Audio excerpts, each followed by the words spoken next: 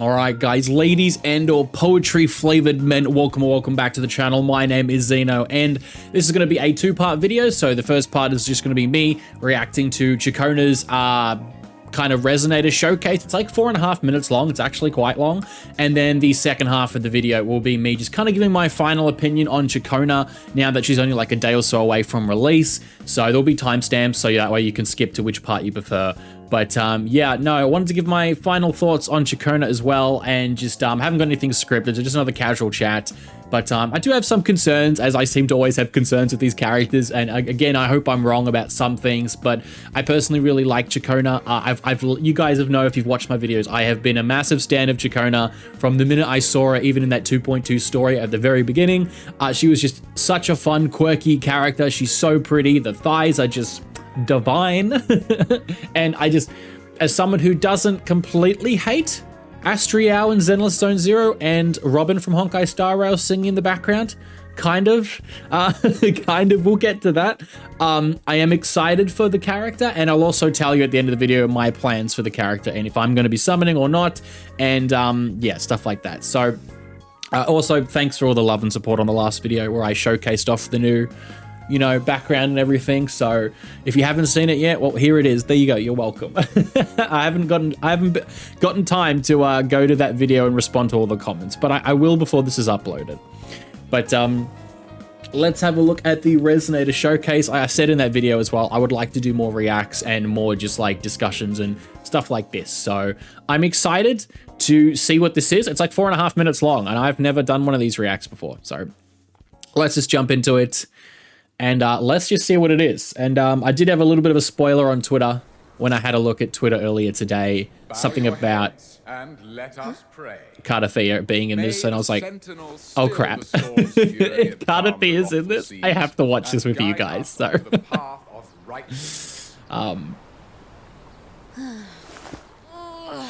nothing has changed. I love her voice. Like, I generally really like her accent too. It is far from gold.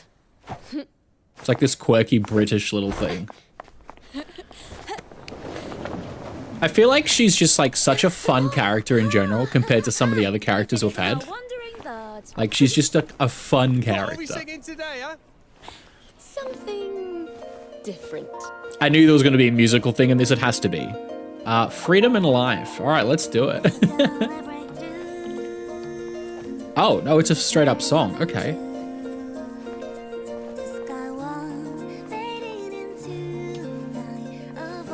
Oh, that's beautiful. Bro, look at that smile. Like, how can you not like this character?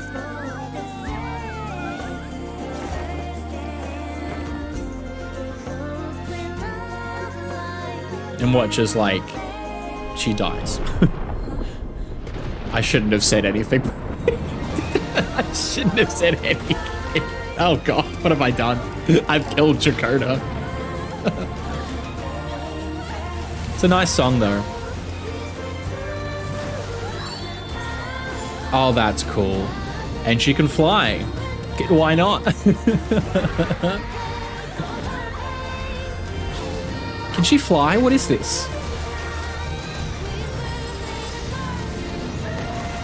Oh, okay, that's cool. That's different animation. What? That was like a weird anime animation. What was that? Interesting. Charlatans! You twist the divine will! You will answer for this one day. Pitiful fool. The divine's will is beyond your understanding. I really can't wait to see where the story goes now that we know, obviously, the religion side of Raguna and everything is not quite as holy. You want to be a knight like me, don't you? Can't wait to see Phoebe's life crash down before her. Protect the city. I must go.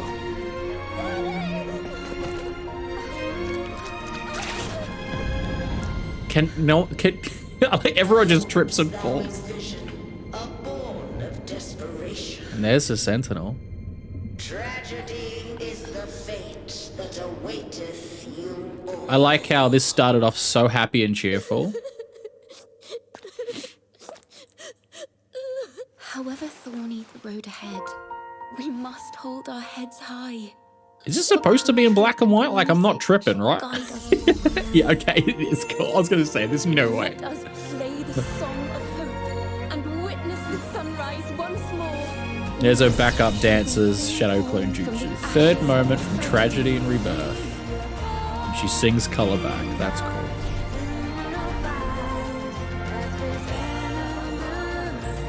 That's her liberation. Yeah, when she sings. That's got a cute ear. Yeah, yeah.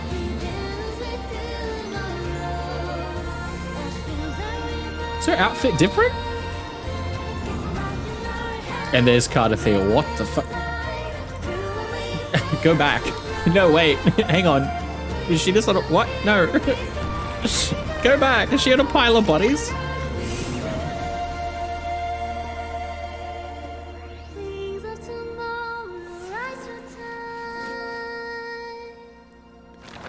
I swear her outfit was slightly different for a second there. Maybe that's... Yeah, okay.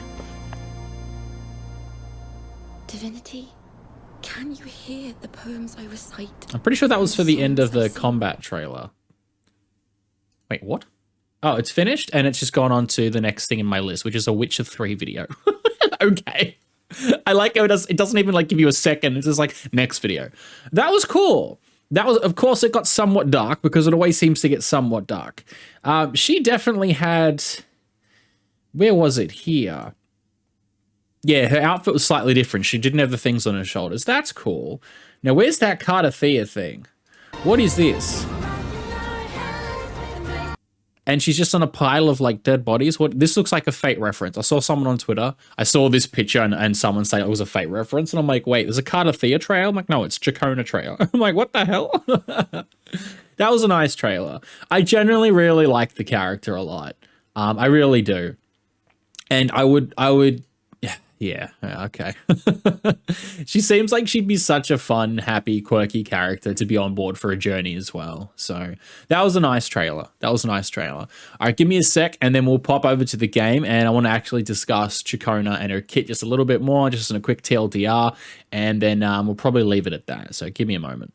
All right, I'm back on Wuwa and we're in the gallery crossing stars section so we can actually have like Ciaccona on the screen and all the kit details here.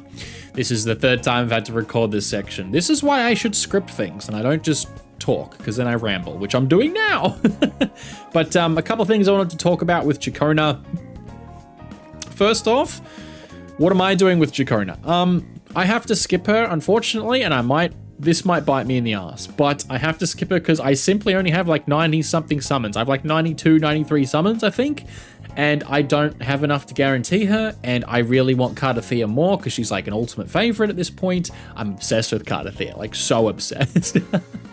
But it's the same as Brant. When I defended Brant and I stand for Brant a couple of months ago before he came out, I was like, yes, yes, yes, Brant. And Brant's going to be great for my Chun-Li, my favorite character at the time.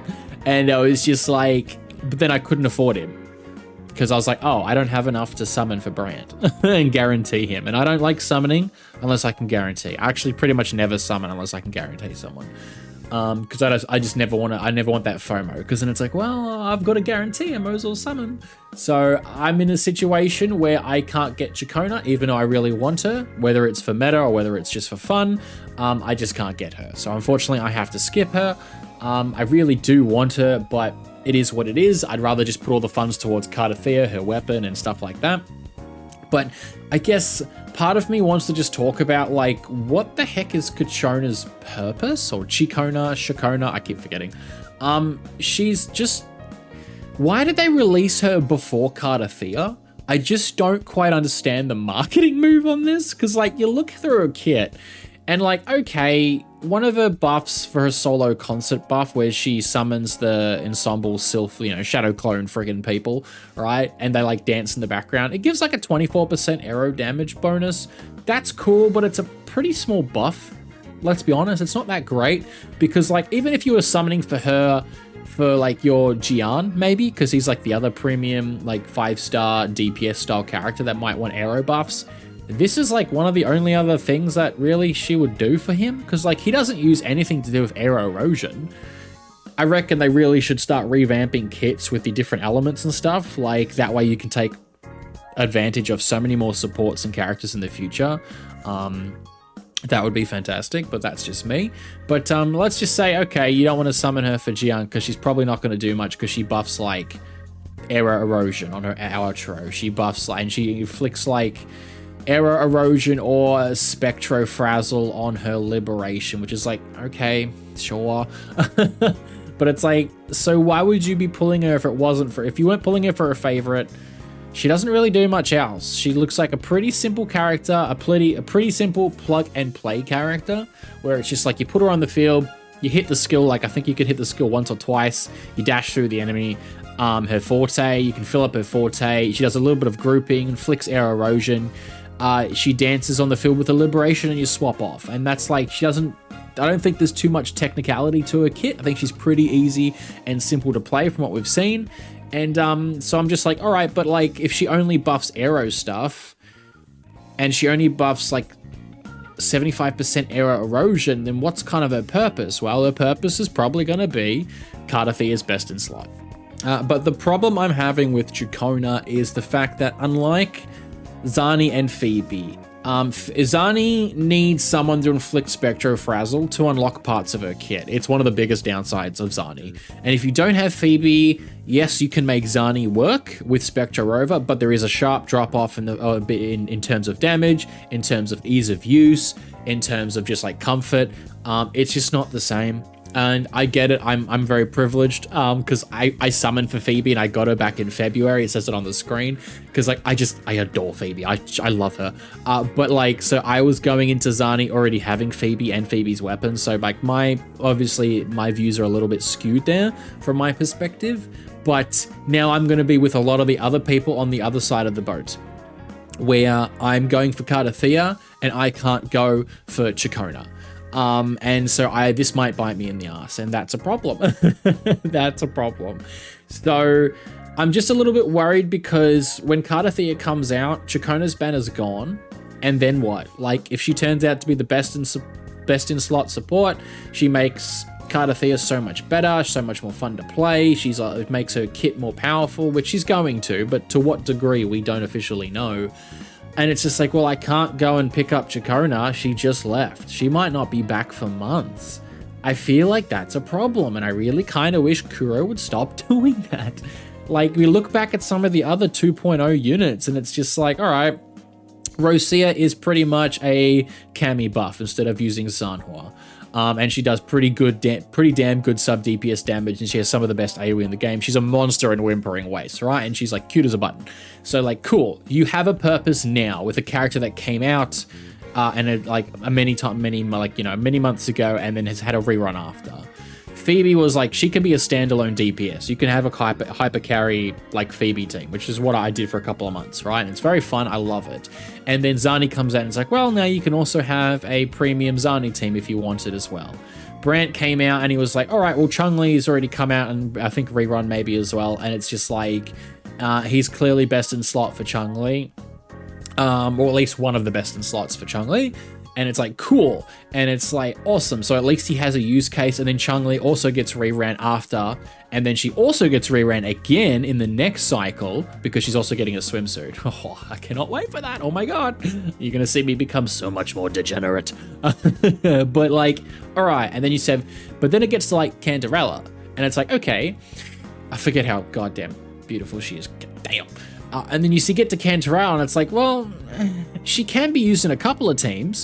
She can be used as like a sub DPS, kind of mini healer. She kind of heals. Like if you hyper invest into her, she does okay damage, but like she clearly doesn't have a best in slot DPS yet. But now that it's been like a month or two since Cantarella, by the time we get the next Havoc DPS, which is probably gonna be Pavlova. I call her Pavlova. I know it's like Prolova or whatever.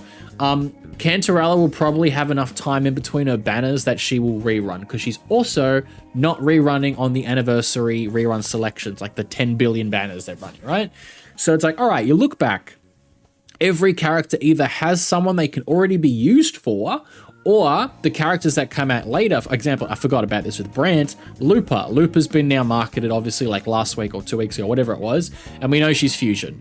And so it's like, okay, so Brant's probably going to be the actual best best in slot support to Looper, right? And then that's also probably going to actually just do a trio with Chun-Li, Looper, and Brant, right? But for the most part, Brant works with Chun-Li, but maybe you don't have Chun-Li. Well, Brant will also probably work with Looper.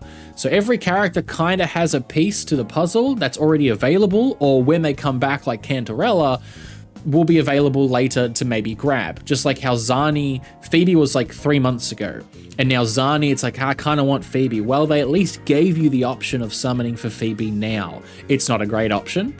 It's during anniversary. There's a billion banners and characters we want. So yes, I know people can't pick up Phoebe, but at least they gave us the option. At least, kind of. I'm trying to find the silver lining here. Ciaccona's got none of this. It's just like, hey, there is no other Aero Erosion character in the game except for Aero Rover, and unfortunately Aero Rover kind of sucks right now because we haven't got sequence nodes and we haven't got the max refinements of the weapon, which hopefully we get in the upcoming story. So it's like, okay, so you're picking her up and she doesn't really fit into anything yet, but then the character she's going to probably, most likely, definitely fit with, Cartethyia, oh, well, she's gone. And so now you're going to have a Cartethyia that's hopefully not completely gimped like Zani would be without Phoebe. And it's like, what are we supposed to do as players? Preemptively buy into this character and not know if it's going to pay off? Like, I just think that's bad marketing and game design. Like, it'd be different if they released Ciaccona and she kind of had like somebody else to use, which are what all the examples I gave with every other character so far in 2.0, right? But she doesn't. And I just think it's a bewildering choice to me. Like, I love Ciaccona. I really wish I could get her. I've wanted her since the second I saw her. I just don't have the funds for her. I thought I'd have more funds. I don't. So, but anyway, I hope you guys understand my concerns with this character because she just kind of doesn't fit into anything right now. And by the time she fits into something, she'll be gone for several months. And then most of the community is probably just going to be pissed. Hi, it's me. I'm the community. I'm going to have a Cartethyia, and I'm going to invest in Cartethyia pretty heavily. Like, I'm going to go for a weapon. I'm probably going to go for her S2 because I can get the S1 for free from the store because I've got corals waiting for her. But like, outside of that, I'm going to have to deal with who knows what. Like, I don't know. Like, I pray to God that she's not as reliant on Ciaccona as Zani is on Phoebe. So anyway, those are my thoughts. And yeah, just let me know, I guess. Are you summoning for Ciaccona? What are you doing? I don't know what her purpose is, and it's so confusing to me. Like, why would you release this character before Cartethyia? If you release Cartethyia first, people will be like, wow, Cartethyia is really fun, and she transforms into a big woman, and she has fucking Excalibur, and she has all these cool animations, and she's fun to play. How do I make her better? Oh, well, the next banner is Ciaccona. That's awesome. I'll put down extra summons or maybe even spend money. That's how you get more people. I don't know why you'd release this character. But anyway, I'm rambling, but I don't know. I want Ciaccona, but I can't get her without spending like a couple of $100. And I'm not doing that. I'll do it for Cartethyia, but not for Ciaccona. Anyway, I'll leave the video there. I've rambled long enough. I hope you guys understand where I'm coming from. I'm just kind of confused and worried about the character, I guess. Just like, I hope she performs super well. I hope people find ways to put her into fun teams and they really enjoy her. I wish I could. I unfortunately can't right now. But yeah, let me know what your thoughts are on the potential reliance that Cartethyia might have on Ciaccona. Are you going to be summoning for her? Are you... I mean, I can't even say, like, let's wait and see what the guide makers and stuff say, because we don't have a... It's going to be too late by then. Like, so anyway, I'll leave the video. So thank you very much for watching and or listening. And as always, my name is Zeno. Thank you for listening to me ramble about Ciaccona. And you guys take care now.